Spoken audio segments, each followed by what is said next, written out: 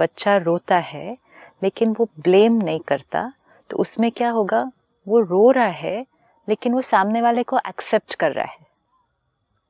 Resistance की energy नहीं है, क्योंकि वो ये नहीं कह रहा कि ये रॉन्ग है।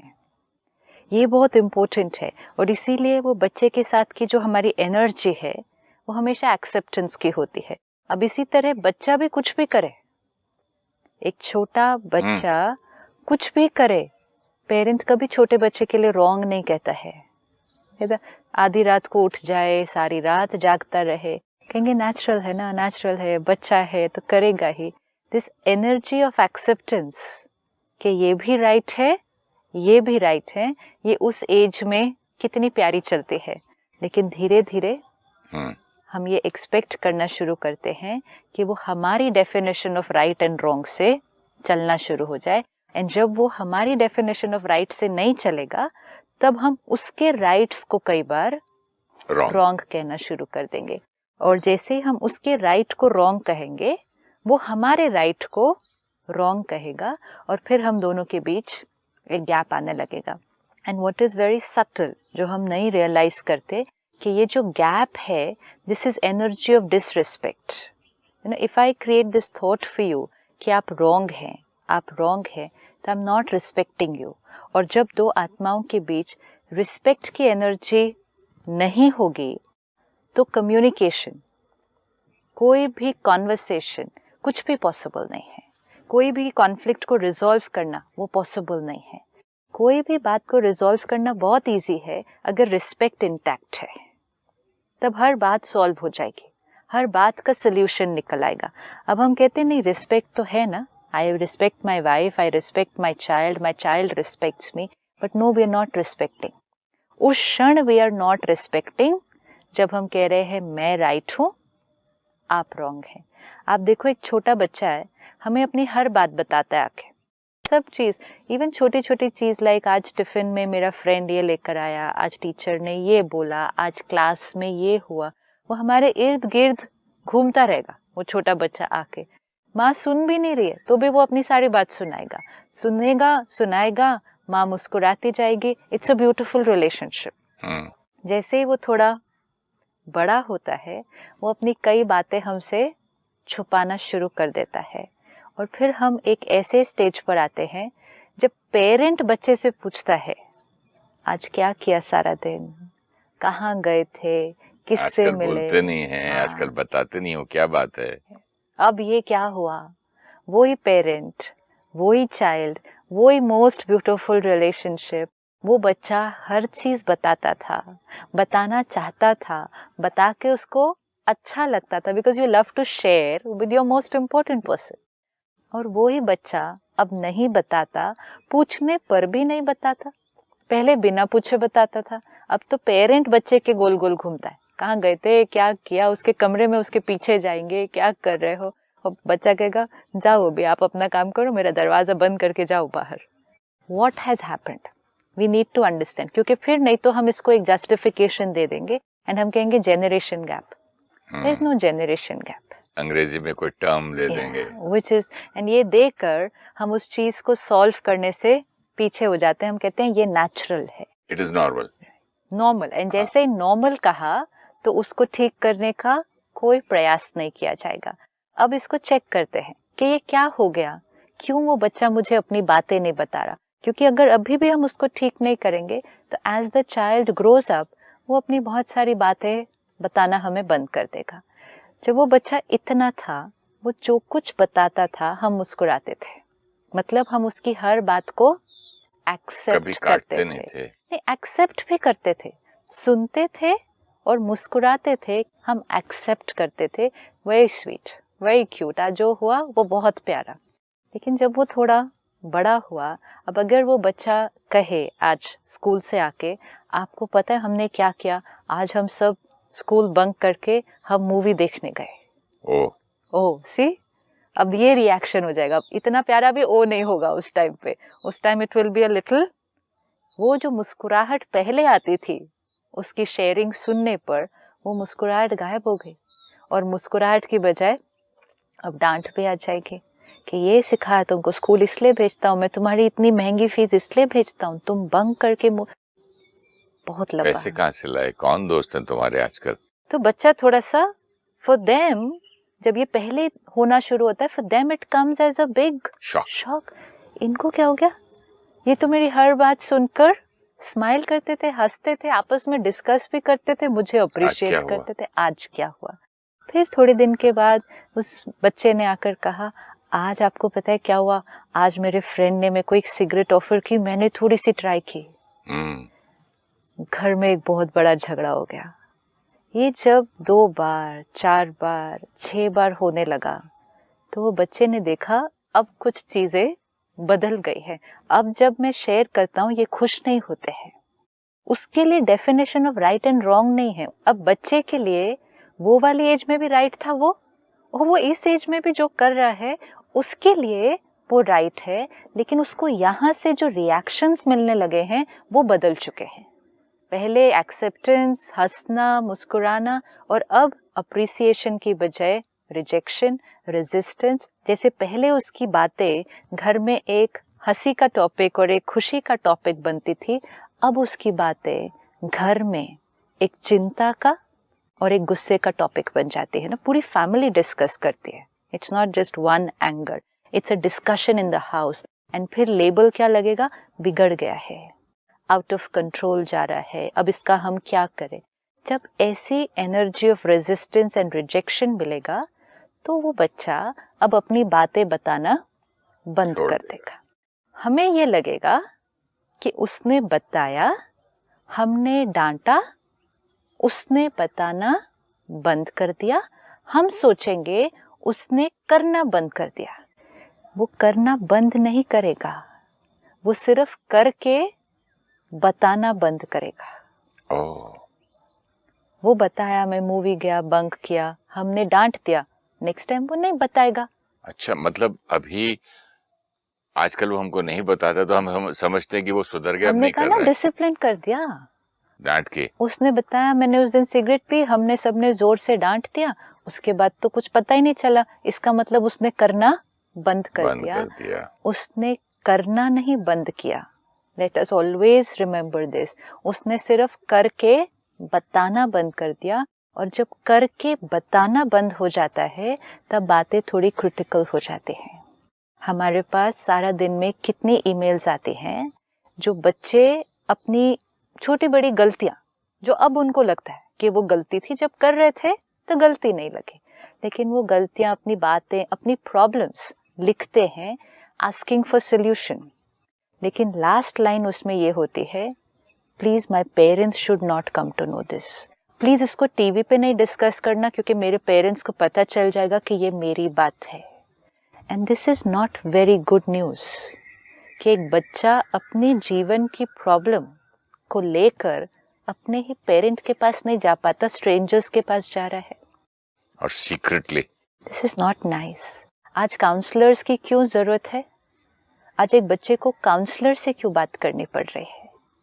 वो ही बात ना, उसकी जीवन की बात ही करता है ना, वो काउंसलर से जाके अपनी प्रॉब्लम ही बात करता है ना। मतलब पेरेंट से नहीं कर सकता, एक स्ट्रेंजर को पैसे दे के वहां जाके बात करेंगे? क्या बात करनी है? मैंने छोड़ा था अपने बेस्ट फ्रेंड से या अपने रिलेशनशिप्स में, जिसको मैं बोलता था बार बार, क्योंकि हर चीज में जब भी मैं उनको बताने गया तो मुझे टोकना शुरू हो गया। आजकल आप ऐसे करते हो, बट आप ऐसे नेचुरली ऐसे करोगे तो ऐसे ही होगा, नेचुरली क्या। सुनते नहीं थे, मुझे सिखाने लगते थे बार बार।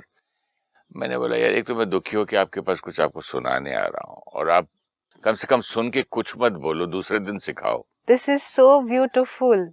सी, अंडरलाइन दिस।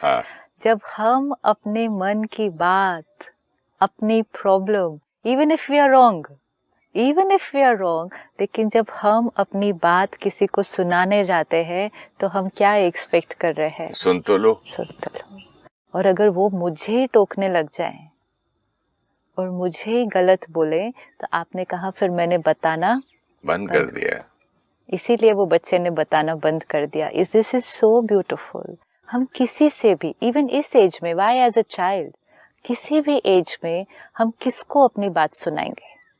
जो हमारी बात को पहले सुनेंगे, फिर सुन के हमारे प्रति जजमेंटल नहीं हो जाएंगे, और हम जैसे हैं जो हैं हम उनको बात बताएंगे, वो हमें एक्सेप्ट करेंगे। हाँ, एक्सेप्ट करके फिर आराम से वो हो सकता है कि हमें राइट गाइड करने के लिए एक एडवाइस भी दे देंगे, और एडवाइस अच्छी लगेगी। सिस्टर, एक गुरु थे जिनके पास मैं कभी कभी जाता था पहले, तो मैंने एक बोला कि मेरा बेटा आजकल एक गलत लड़की के साथ फंसा हुआ है, मुझे गुस्सा आता है, क्या करूं, दिस दैट। यहाँ तक बात थी, तो उनकी जो असिस्टेंट थी वो सुन रही थी।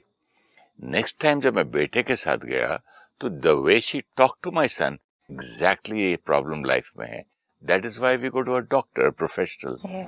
सुनता है, वो सुनते सुनते आप खुद ही बोलते बोलते आप अपना ही सॉल्व कर लेते हैं प्रॉब्लम। परफेक्ट। मेरे डॉक्टर फ्रेंड्स मुझे कहते हैं कि we don't have to tell them, वो खुद ही निकालते हैं क्वेश्चन। परफेक्ट। इसका मतलब सामने वाले का रोल क्या है? सुनना। लेकिन सिर्फ सुनना नहीं, नॉन जजमेंटल होकर सुनना। मैं आपकी बात सुन सकती हूँ। सपोज मैं प्रैक्टिस कर लो as a parent, as a friend, कि अब कोई बात मेरे से शेयर करेंगे, आई विल नॉट इंटरफेयर। मैं इंटरफेयर इन द सेंस बीच में बात के, आई विल नॉट इंटरफेयर, मैं कुछ नहीं बोलूंगी, मैं बात को काटू भी नहीं, मैं उनको गलत भी नहीं बोलूं, तो मैं सिर्फ सुनूं। Because a lot of us are doing this art of listening, कि सिर्फ सुनना है। लेकिन सुनना सिर्फ यहाँ नहीं है, सुनना यहाँ है। और सुनना अगर है विद द राइट एनर्जी, मतलब सुनते हुए उनके प्रति कोई जजमेंटल थॉट्स नहीं क्रिएट करने हैं। वो जो गुरु जिनको मैं अपने दिल की बात बोलता था, उन्होंने उसको भी प्योर आत्मा देखा, मुझे भी एक प्योर आत्मा देखा, मुझे भी एक बच्चा देखा, उसको भी एक बच्चा देखा। लेकिन थोड़े कच्चे पक्के उनके साथ वाले जो थे, शिष्य या उनकी सर्विस सेवा करने वाले, वो जजमेंटल हो जाते थे। तो डिफरेंस वहीं दिखता था, गुरु क्या बिहेव करता है, ये कैसे बिहेव करते हैं। अब तो फिर हम जाके गुरु को बोलना छोड़ देते थे। क्योंकि वो सुनेगी कि मैं अभी तक ड्रिंक करता हूँ या अभी तक मेरी सिगरेट नहीं छूटी, तो फिर ये मुझे उस नजर से देखेगी। तो जजमेंटल कितना डिफरेंस क्रिएट कर देता है। अब जैसे आपने कहा कि उन महात्मा ने आपके प्रति भी जजमेंटल नहीं हुए, बच्चे के प्रति भी जजमेंटल नहीं हुए, तो आपको एनर्जी कैसी मिली? प्यार की, बहुत तो प्यार बताने का मन करता है। इसी तरह जो वो महात्मा आपके लिए कर सकते हैं, आप अपने बच्चे के लिए नहीं कर सकते? करना तो चाहिए। This is all that we have to do, because हम सब ने अनुभव कर लिया है कि इक्वेशन कैसे वर्क करता है। हम सबको पता है कि कौन सी चीज एक कंफर्टिंग एनर्जी क्रिएट करेगी और कौन सी चीज एक डिस्टर्बिंग एनर्जी क्रिएट कर देगी। काउंसलर क्या करता है? काउंसलर कोई जजमेंट नहीं क्रिएट करते हैं अंदर, क्योंकि एक उनकी अटैचमेंट नहीं है। अटैचमेंट नहीं है ना, एक कोई आ रहा है अपनी प्रॉब्लम सुना रहे हैं, फिर जा रहे हैं, फिर नेक्स्ट आ रहे हैं, वो उसके प्रति जजमेंटल नहीं होते हैं। ये एक अभ्यास है। ये अभ्यास जितना हम करेंगे हमें इंस्टेंट रिजल्ट मिलेगा, इंस्टेंट। और ये अभ्यास करना बहुत इजी है, क्योंकि सामने वाली आत्मा अपने संस्कारों के वश कोई कर्म करके आई है। उसने कुछ भी किया हो, कुछ भी, उसके संस्कारों के थ्रू बिल्कुल राइट है। तो क्योंकि वो बिल्कुल राइट है, तो उनके प्रति जजमेंटल होना, वो मेरे राइट से राइट नहीं है। हो सकता है ना, वो मेरे राइट से राइट नहीं है, लेकिन वो अपने राइट से तो बिल्कुल राइट है। तो इसलिए जब सामने वाला बिल्कुल राइट है, अगर आप ये थॉट क्रिएट कर लें, आपकी एनर्जी फील्ड चेंज हो जाएगी। सिस्टर, जैसे वो हमारे गुरु थे, उन्होंने मुझे देखा एक प्योर आत्मा, एक छोटा बच्चा, मेरा शिष्य, ठीक है, ठीक हो जाएगा, आशीर्वाद दिया। ये जो डॉक्टर है जिन्होंने मेरी बात सुनी, उन्होंने कहा इसके इतने घंटे हो गए, इसके मैंने पैसे लेने हैं, इसकी बात किसी और को बोलनी नहीं है। दिन में ऐसे 10 लोग आते हैं, कोई बात नहीं, ये होता रहता है, ये बात इसकी वाइफ को भी नहीं बोलेंगे, किसी को भी नहीं बोलेंगे। लेकिन जब मेरे बच्चे की बात होती है, या मेरी बेटी या बेटे की, जहाँ रिलेशनशिप है, जहाँ अटैचमेंट है, वहाँ क्या करें हम? जहाँ रिलेशनशिप है वहाँ मैं गुरु नहीं बन सकता, ना उनका डॉक्टर बन सकता, मैं तो पिता हूँ। बिल्कुल। और इसीलिए और भी इम्पोर्टेंट हो गया, क्योंकि मैं पिता हूँ, तो और भी इम्पोर्टेंट हो गया कि आई अंडरस्टैंड माई चाइल्ड। पिता की ड्यूटी, बिहेवियर क्या होना चाहिए? पिता की ड्यूटी क्या होनी चाहिए? First duty, let's take it step by step. एक पेरेंट की एक बच्चे के प्रति फर्स्ट रिस्पॉन्सिबिलिटी क्या है? प्यार। दैट्स अंडरलाइन हो गया. एंड विच मीन्स कि सामने आपका बच्चा कोई भी बात कह रहा है, कोई भी बात कर रहा है, आपकी प्यार की एनर्जी ब्लॉक्ड नहीं होनी चाहिए. अनकंडीशनल. जैसे ही आप जजमेंटल हुए तो आपकी प्यार की एनर्जी ब्लॉक्ड होगी. जैसे you said you could feel the difference कि जो महात्मा है वो जजमेंटल नहीं है, तो एनर्जी कैसी है? जो साथ में खड़े हैं वो सुनकर जजमेंटल है, तो एनर्जी कैसे? उनके अंदर वो प्यार की एनर्जी ब्लॉक्ड हो जाएगी. तो अगर हम अपने बच्चे के प्रति जजमेंटल हुए तो हमारी प्यार की एनर्जी ब्लॉक्ड हो गई. तो हमने अपनी फर्स्ट रिस्पॉन्सिबिलिटी, जो आपने कहा एज अ पेरेंट मेरी रिस्पॉन्सिबिलिटी, तो मैं तो रिस्पॉन्सिबिलिटी नहीं पूरी की. फिर मेरी क्या रिस्पॉन्सिबिलिटी मैंने ली? वो गलत ना करे, उसको गलत को ठीक करना मेरी ड्यूटी है, उसको गलत से बचाना मेरी ड्यूटी है, उसके जीवन में कुछ गलत नहीं होना, वो सब ड्यूटी तो याद है. आईना तो दिखाना चाहिए ना, उसको ठीक करना. ये गलत कर रहे हो तुम, इसका ये हो जाएगा रिजल्ट, पता नहीं तुम कहाँ क्यों कर रहे हो, पता नहीं क्या सिखाया. रिस्पॉन्सिबिलिटी एंड प्रायोरिटी लिस्ट बहुत क्लियर होनी चाहिए. My responsibility, my first duty towards any soul and of course towards children, सबसे पहले कि प्यार फ्लो करता रहे, फिर उसके बाद एडवाइस. इट डजंट मीन प्यार दे रहे हैं, एडवाइस नहीं दे रहे हैं. कभी कभी बच्चे एडवाइस लेने आते भी नहीं है. सिर्फ सुनाना चाहते हैं और बोलते भी सुन लो, मुझे छोड़ दो, बस मुझे सुनाना है. वो हमारे पास प्यार के लिए आते हैं, दुआओं के लिए आते हैं, हमारी गुड विशेस और ब्लेसिंग्स के लिए आते हैं. वो हमारे पास अप्रूवल और अप्रिसिएशन के लिए आते हैं.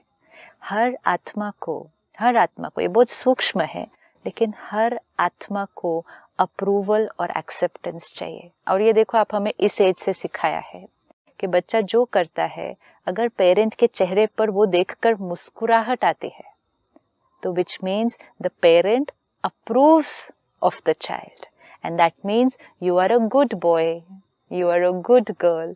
एंड अगर आपने जो किया वो देख कर अगर पेरेंट के चेहरे पर मुस्कान की जगह कुछ और आ जाता है, बैड बॉय, बैड गर्ल, ये उस एज से सिखाया था.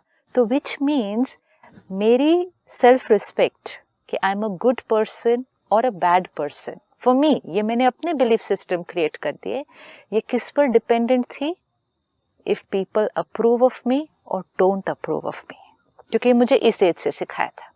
एंड तो ये बिलीफ सिस्टम बना, if people approve then I am good, if people don't approve then I am not good. This was true or not true we don't know, but we believed this because वो conditioning वैसे बनी. अब इसमें भी people में सबसे important people कौन से? Parents, partner, spouse. ये हमारे सबसे important हैं जिनका हमें approval चाहिए, क्योंकि हमारे लिए वो approval ही प्यार की निशानी है. अगर आप approve करते हैं, you love me, हमारे लिए वो अप्रूवल ही हमारी अपनी सेल्फ रिस्पेक्ट की निशानी है कि if my parent approves of me then I am a good person, because that is what I was taught at this as.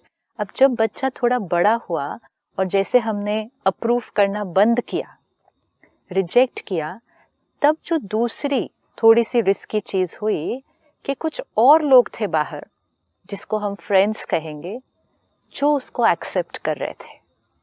Parent reject कर रहा था और फ्रेंड्स एक्सेप्ट कर रहे थे. सोल को एक्सेप्टेंस चाहिए, तो वो आत्मा किस तरफ जाएगी? वो ऑटोमेटिकली उस तरफ जाना शुरू करेगी. अब ये और रिस्की हो गया, क्योंकि पहले तो फ्रेंड्स छोटी छोटी बातें बोल रहे थे, चलो आज कॉलेज बंक करके पिक्चर जाएंगे, कल चलो आज कुछ ये ट्राई करेंगे, तो वो बच्चे के लिए भी ठीक था, वो कर रहा था.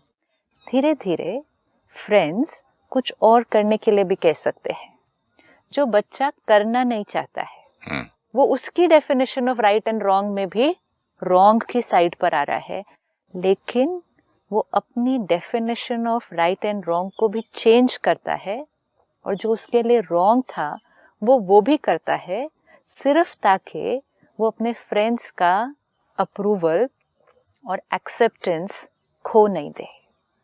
एंड इसको हम एक और फिर वर्ड देते हैं जिसको हम कहते हैं पीयर प्रेशर, कि अब तो वो पूरी तरह से उनके कंट्रोल में चला गया है, अब वो उनकी बात सुनता है.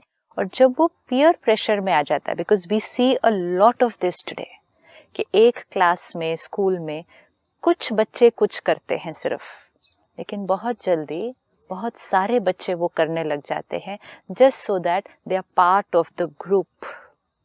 एंड बहुत सारे बच्चे अपनी बात सुनाते हैं आके कि if we don't do it, you know, if we don't do what everybody is doing, तो फिर हमें एक्सेप्टेंस नहीं मिलती है, we are not part of that group. तो सिर्फ वो एक्सेप्टेंस के लिए हम बहुत कुछ ऐसा करते हैं।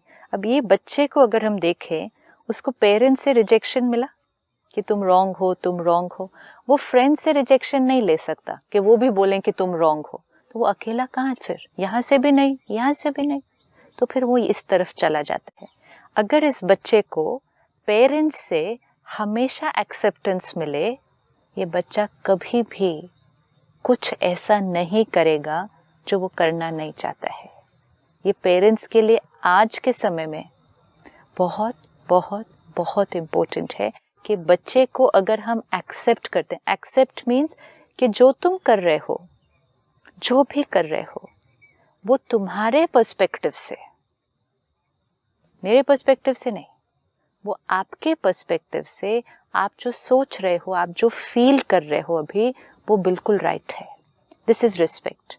अगर पेरेंट बच्चे को ये रिस्पेक्ट दे दे कि आप बिल्कुल राइट हो, तो बच्चा भी पेरेंट को क्या रिस्पेक्ट देगा, आप भी जो कह रहे हो आप भी बिल्कुल राइट हो, हियर दिस इज इट। अब जब ये दो लोग नजदीक आ जाएंगे तब एडवाइस देने का टाइम आएगा। इधर होके तो एडवाइस वर्क नहीं करते हैं, क्योंकि डिसरिस्पेक्ट जहां बीच में है, वहां अच्छी से अच्छी एडवाइस भी अच्छी नहीं लगेगी, वो अच्छी नहीं लगेगी, सही नहीं लगेगी, ये गलत है, यू आर रॉन्ग, तो फिर आपकी हर बात भी तो मुझे रॉन्ग लगेगी।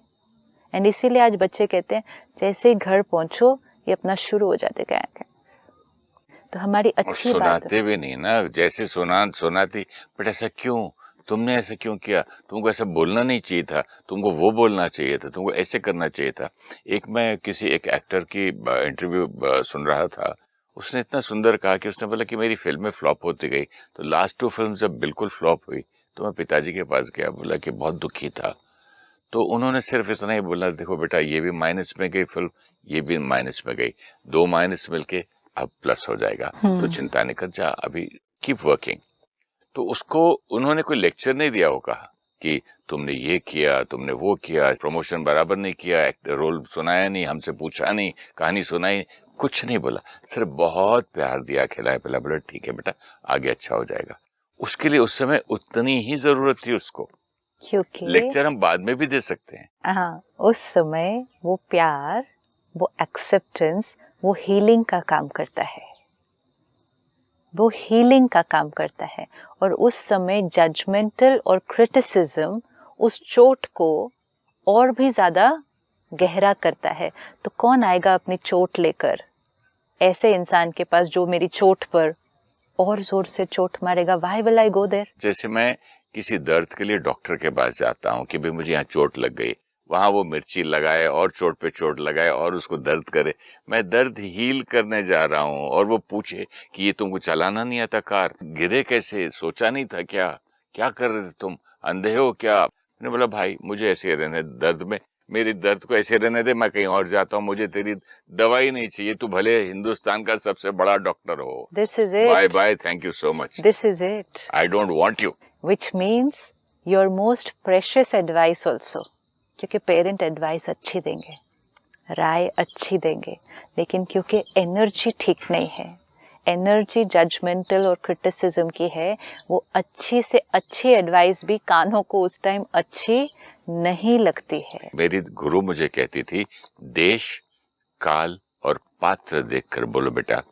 तुम जब चाहे जब एडवाइस दे रहे हो, पहले देश देखो कौन से देश में है, काल देखो समय, इसका मूड कैसा है, इस समय is he ready to accept, या इस समय वो गुस्से में है या ठंडा है। फिर पात्र मतलब सामने वाला, सामने वाला की बिल्कुल। तो उनको बोलते थे कि पहले कोई तुम्हारे पास एडवाइस के लिए आता है, बहुत परेशान आता है, पहले पानी पिलाओ, फिर कुछ खिलाओ, फिर मीठा खिलाओ, उसको शांत करो, फिर उसकी बात सुनो, फिर देखो कि उस किस हालत में है, सुनने लायक है, तो बाद में बोले। लेकिन इसमें भी जैसे आपने कहा कि चोट लेकर जब हम डॉक्टर के पास जाते हैं तो हमें डॉक्टर से एडवाइस नहीं चाहिए कि हमें गाड़ी कैसे चलानी चाहिए, even though that person could give me the best tip that time, और अगर मैं वो टिप को ले लूँ मेरे बहुत सारे काम अच्छे हो जाएंगे, उसके बाद मेरे को कभी चोट नहीं लगेगी उसके बाद, लेकिन वो उस टाइम ठीक नहीं है। उस टाइम फर्स्ट रिस्पॉन्सिबिलिटी है चोट की हीलिंग, ये फर्स्ट रिस्पॉन्सिबिलिटी है, एंड विच मीन्स चोट की हीलिंग मीन्स अनकंडीशनल एक्सेप्टेंस कि तुमने जो किया, तुम्हारे से जो हो गया है, इट्स एब्सोल्युटली फाइन। एंड ये बोलने में नहीं, ये अंदर सोचने में, ये थॉट में कि उस आत्मा ने जो भी किया वो अपने किसी sons, even if the child और the person comes and tells you the worst thing you have ever heard, the worst, हम तो छोटी छोटी बातों में क्रिटिकल होते हैं ना, the worst thing that weave ever heard, अगर हम वो सुनने के बाद भी ये स्थिति रख सकते हैं कि आई अंडरस्टैंड कि आपने उस टाइम ऐसा किया, बिकॉज हर आत्मा अपने संस्कार और अपने कार्मिक अकाउंट लेकर आई है। कार्मिक अकाउंट बहुत बड़ा फैक्टर है जिस कारण आत्मा वो करने के लिए एक फोर्सफुली, जैसे हम अपने कार्मिक अकाउंट के पास जाते हैं, मुझे जो एडवाइस देनी है वो आगे की चीज के लिए है कि इसके बाद, मतलब उसका नेक्स्ट कर्म। पास्ट कार्मिक अकाउंट ना उसके कंट्रोल में है ना मेरे कंट्रोल में है। मेरे कंट्रोल में कैसे हो सकता है, वो तो उसके भी कंट्रोल में नहीं है क्योंकि वो उसका पास्ट कार्मिक अकाउंट है। हम सबके कंट्रोल में क्या है, नेक्स्ट कर्म, नेक्स्ट क्या करना है। हम क्रिटिकल किसके बारे में हो जाते हैं, जो पास्ट कर्म हो गया है, ऐसा क्यों, ऐसा क्या, ऐसे नहीं करना चाहिए, तुम ऐसे ही हो, दिस इज पास्ट कर्म। तो वो क्रिटिसिज्म अगर हमने नहीं क्रिएट की, हमने अंडरस्टैंड किया, एम्पथाइज किया कि हाँ उसने ऐसा किया, तो हमने उसके दर्द को हील किया। जब वो पेन कंप्लीटली हील हो जाएगा, जो आपने कहा ना समय देखकर, वो पेन जब तक कंप्लीटली हील नहीं हो तब तक एडवाइस वर्क नहीं करेगी। तो पेन को हील करें, फिर समय आने पर जब वो पात्र खुद रेडी है एडवाइस लेने के लिए, तब अपनी राय बताई जाएगी। बिल्कुल सही बात है सिस्टर, ये बहुत इंटरेस्टिंग टॉपिक है, तो इससे कंटिन्यू करते हैं अगले एपिसोड में। Thank you. ओम शांति। Thank you so much. नमस्कार। Thank you.